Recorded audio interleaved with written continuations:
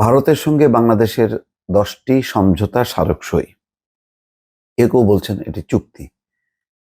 কিন্তু যেসব বিষয়ে সমঝোতা হোক বা চুক্তি হোক স্বাক্ষরিত হলো, সেগুলো খুব মানে স্পষ্ট না, এগুলি খুবই টেকনিক্যাল বা হাইপোথেটিক্যাল বলা যায়। মানে তাৎক্ষণিকভাবে আমাদের যেই চাওয়া ছিল, সেই চাওয়াটা ছিল তিস্তার চুক্তি, যেটা নিয়ে একেবারে বাংলাদেশের মানুষ মানে আকাঙ্ক্ষিত বা উৎসুক হয়ে আছে, বহু প্রত্যাশিত যেটা বলা যায় সেটা।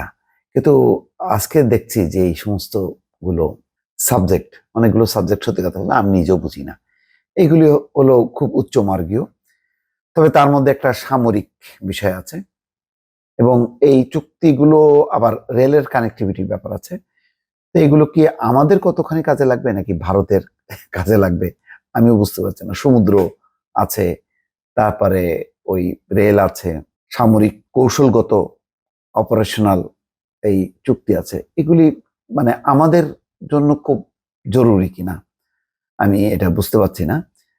তিস্তাটা হলে বুঝতাম, আর একটা যদি ঘোষণা হতো যে সীমান্তে আর কোনো প্রাণ যাবে না, তেমন একটা ঘোষণা হলে একটু আশ্বস্ত হতাম যে না, আমরা কিছু পেলাম। এখন এই চুক্তিগুলির বিনিময়ে আমরা কি পাবো নাকি ভারতই আবার বেশি কিছু পাবে, সেটা হয়তো বিশেষজ্ঞরা বলবেন। আপাতত যেটা বলা যায়, বাংলাদেশ ভারত ডিজিটাল পার্টনারশিপ, এটা কি জানি না। ইন্ডিয়া বাংলাদেশ গ্রিন পার্টনারশিপ, এটাও কি জানি না। 3 নম্বর সমুদ্র সহযোগিতা ও সুনীল অর্থনীতি, এটা বুঝি না। স্বাস্থ্য ও ওষুধ সংক্রান্ত পুরনো সমঝোতা নবায়ন, এটা বুঝলাম যে একটা হয়তো স্বাস্থ্য সংক্রান্ত বিষয়, এটা ভালো। তারপরে 5 নম্বরে আছে ভারতের ইন স্পেস ও ডাক ও টেলিযোগাযোগ মন্ত্রণালয়ের সমঝোতা। এতে কি হবে, আমরা কি এমন উপকার হবে?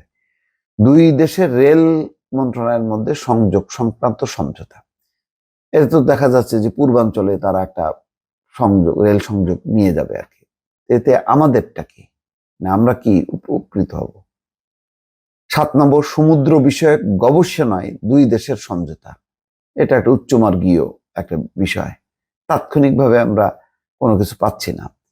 8 নম্বর দুর্যোগ ব্যবস্থাপনা ও প্রশমনে ভারতের national disaster management authority Bangladesh ত্রাণ ও দুর্যোগ মন্ত্রণালয়ের বিদ্যমান সমঝোতা নবায়ন, এটা তো এক্সটেনশন হলো। তো মৎস্য সম্পদের উন্নয়নে বিদ্যমান সমঝোতা নবায়ন নবায়ন হচ্ছে। 10 কৌশলগত ও অপারেশনাল খাতে সামরিক শিক্ষা সহযোগিতায় defence services staff college, Wellington India এবং Mirpur defence services command and staff কলেজের মধ্যে সমঝোতা। মানে ঠিক বুঝলাম না, এগুলির মধ্য দিয়ে আমরা তাৎক্ষণিকভাবে কি পাইলাম? ভারতের মতন একটা বিশাল দেশ, তাদের কাছ থেকে পাওয়ার মতন একটা চট করে একটা বলা যে আমরা এই জিনিসটা আমরা চুক্তি করে আমরা পেলাম, হ্যাঁ, তো সেই রকম উচ্ছ্বসিত হবার মতন কোনো সাবজেক্ট পাইলাম না। দর্শক আবার মনে করে না যে আমি এটা ভারত বিরোধী একটা অবস্থান থেকে বলছি। আপনারা যদি বুঝে থাকেন যে যেটা নিয়ে আমরা একটা খুব টাসকি খেয়ে গেলাম বা গর্ব করতে পারলাম, এমন বিষয়টা কি, এতে টোটাল চুক্তির মধ্যে আমাদের এটা কি লাভ হইলো আর ভারতের কি লাভ হইলো, এটার একটা তুলনামূলক বিশ্লেষণ নিশ্চয়ই বিশেষজ্ঞরা করবে। যাই হোক, খবরে বলা হচ্ছে এর আগে দিল্লির স্থানীয় সময় 9টার দিকে ভারতের রাষ্ট্রপতি ভবনে যান শেখ হাসিনা।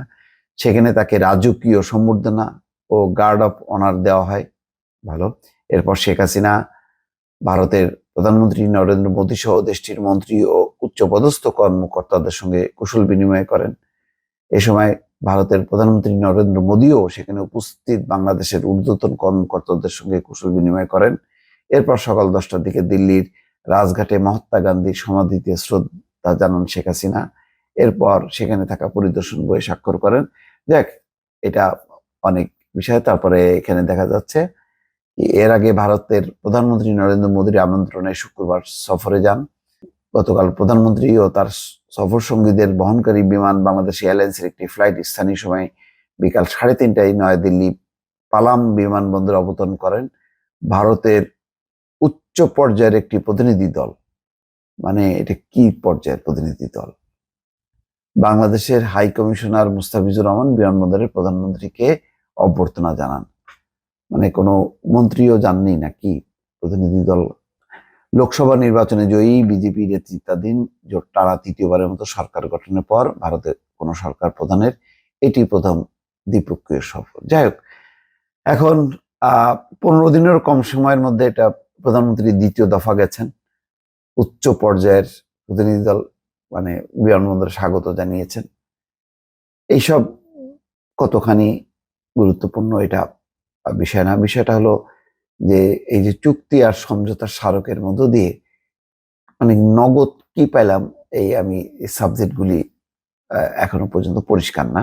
দেখি এরপরে নিশ্চয়ই বিশ্লেষণ হবে যে কি কি পাওয়া গেল আর কি পাওয়া গেল না। ভালো থাকবেন। আল্লাহ হাফেজ।